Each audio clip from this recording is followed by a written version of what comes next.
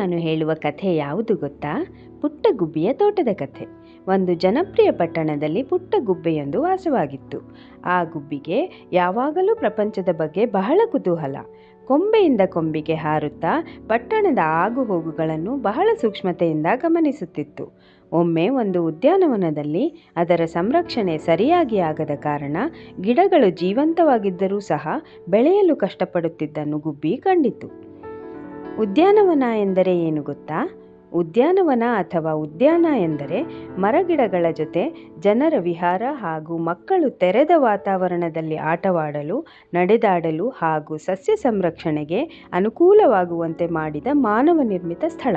ಆದರೆ ಗುಬ್ಬಿ ಹಾರಾಡುತ್ತಾ ಸಾಗುತ್ತಿದ್ದ ಈ ಉದ್ಯಾನ ಸಂಬಂಧಿತರಿಂದ ಕಾಳಜಿ ಕಡಿಮೆಯಾದ ಕಾರಣ ಪಾಳಾಗುತ್ತಿತ್ತು. ಅದನ್ನು ಹಚ್ಚ ಹಸಿರಾಗಿ ಹೂವುಗಳಿಂದ ಸುಂದರವಾಗಿ ಕಂಡಿದ್ದ ಗುಬ್ಬಿಗೆ ಅದನ್ನು ಹೀಗೆ ನಿರ್ಜೀವವಾಗಿ ನೋಡಿ ಬೇಸರವಾಯಿತು. ಅದು ದಿನವೂ ಮತ್ತೊಂದು ಉದ್ಯಾನದಿಂದ ಕೆಲವು ಬೀಜಗಳನ್ನು ತಂದು ಆ ಉದ್ಯಾನದಲ್ಲಿ ಬಿತ್ತನೆ ಮಾಡತೊಡಗಿತು. ಸ್ವಲ್ಪ ಸ್ವಲ್ಪ ನೀರನ್ನೂ ಸಹ ಅಲ್ಲೇ ಇದ್ದ ಕೊಳದಿಂದ ತಾನು ಬಿತ್ತ ಬೀಜಗಳ ಮೇಲೆ ಹಾಕಿತು. ಹೀಗಿರುವಾಗ ಮಳೆಗಾಲ ಆರಂಭವಾದ ಕಾರಣ ಬೀಜಗಳು ಮೊಳಕೆಯೊಡೆದು ಗಿಡಗಳಾಗಿ ಸುಂದರವಾದ ಹೂಗಳಿಂದ ಉದ್ಯಾನ ಮೊದಲಿನಂತೆ ಹಸಿರಾಗತೊಡಗಿತು. ಗುಬ್ಬಿಯ ಶ್ರಮಕ್ಕೂ ಪ್ರತಿಫಲ ಸಿಕ್ಕಿತು.